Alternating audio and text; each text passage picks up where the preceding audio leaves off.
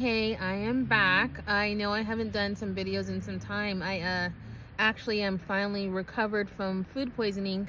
I actually got um, food poisoning on my birthday. I know. I was like, okay, let me just treat myself to something for my birthday.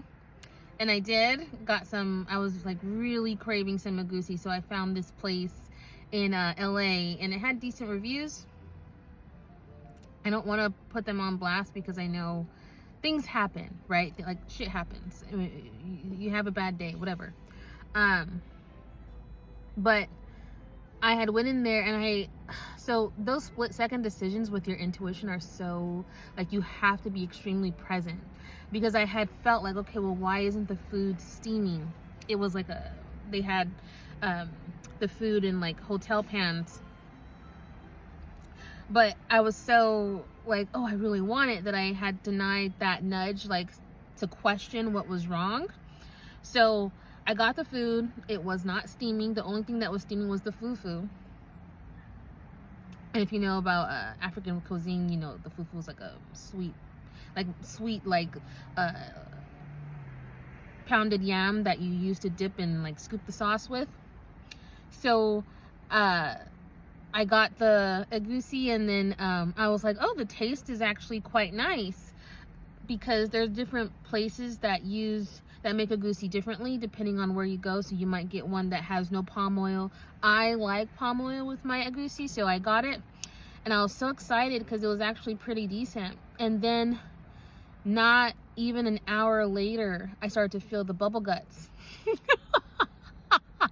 And I was like, it was like one of those moments where you're like squinching your whole like boon cheeks together, trying to make it to the restroom. Oh my gosh, it was so bad.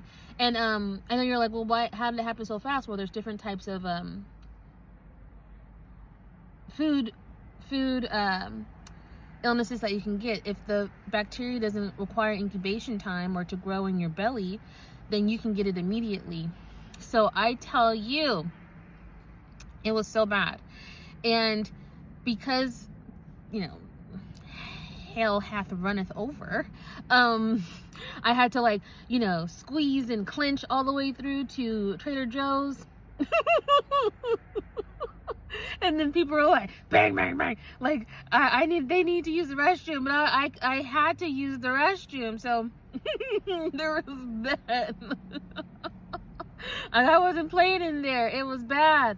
You know, I was one step away from really sharding. So I was in the restroom, left Trader Joe's, had to come back to Trader Joe's. That's how it was. So I had to, you know, release, if you will, 2 times within like 20-30 minutes.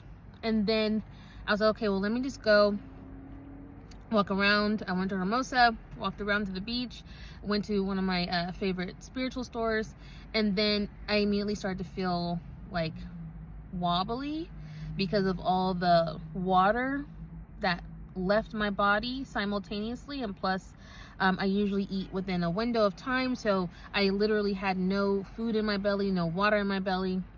So I started to feel like I had to faint. Keep in mind, this is my birthday. So I went to the spiritual store. I was actually having a great conversation with the spiritual store's owner. And then I was like, oh my gosh, I feel faint. So I had to sit down. The person helped me, got me some water, helped me sit, made sure I was like, okay. And then I had like a really nice conversation that I needed at the time. So that was the gift there. And I also got some mugwort, which would help me with my dreams. It was actually mugwort where you inhaled the smoke, so that was different. That was my birthday. That was my 37th birthday. That's when I spent it on the 18th, which is like the most awesome birthday, because you got Brad Pitt, you got DMX, you got Steven Spielberg, you got Billie Eilish. There's a few other ones too, but like those are the bigger ones that I am thinking of. Oh, you got Ray Liotta.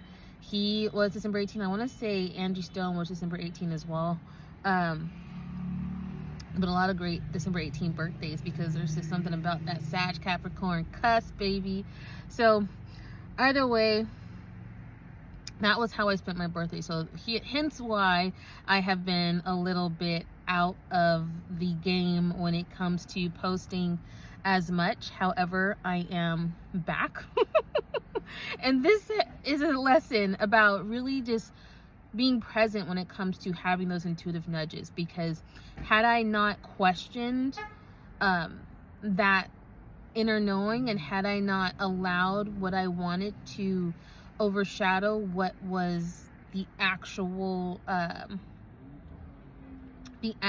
answer that needed to be adhered to, then that wouldn't have been my birthday, or the next 2 days after that. Oh my gosh, do you understand me?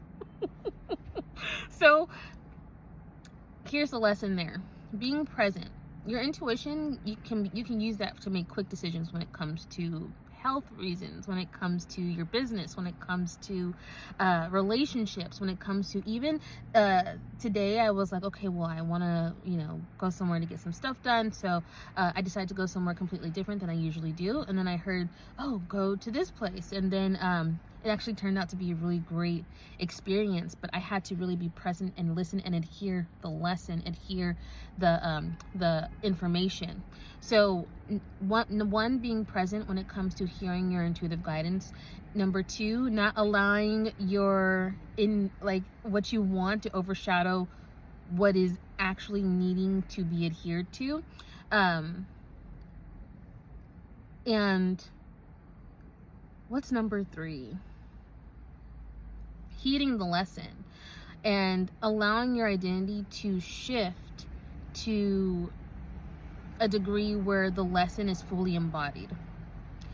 So when you have those split-second intuitive nudges and you're questioning it, or there's something that you really want and you're like, okay, well, there's this short-term gratification, yet you know that short-term gratification, or maybe you don't know, but often that short-term gratification leads to long-term issues, or issues that could have been avoided, or is my short-term gratification feeding my inner child's needs, and is my inner child making decisions for my adult life?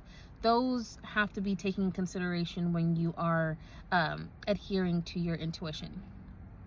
So lesson from my birthday, how I spent my 37th birthday: being present, adhering the lesson, I might not be saying it in the correct order, and allowing your identity to really calibrate to previous lessons of when you didn't hear your intuition and listen to it, and not allowing your wants to override the answer that your intuition is telling you to adhere to. Not allowing what you want in the short term to override the intuitive nudge that will often be what your soul is guiding you to do.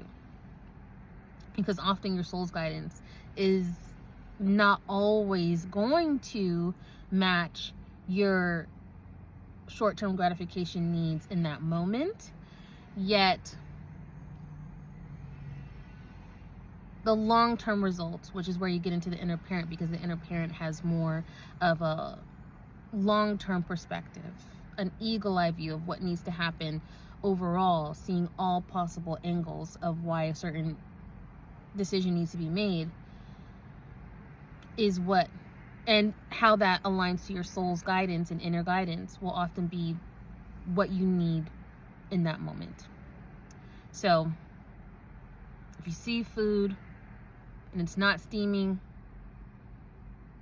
and you're at a restaurant or there's hotel pans, be present enough to hear that you shouldn't have eaten that shit. All right. Make sure that you also sign up for my Swift Aligned Intuitive Decision Strategy calls. Right now, they're open.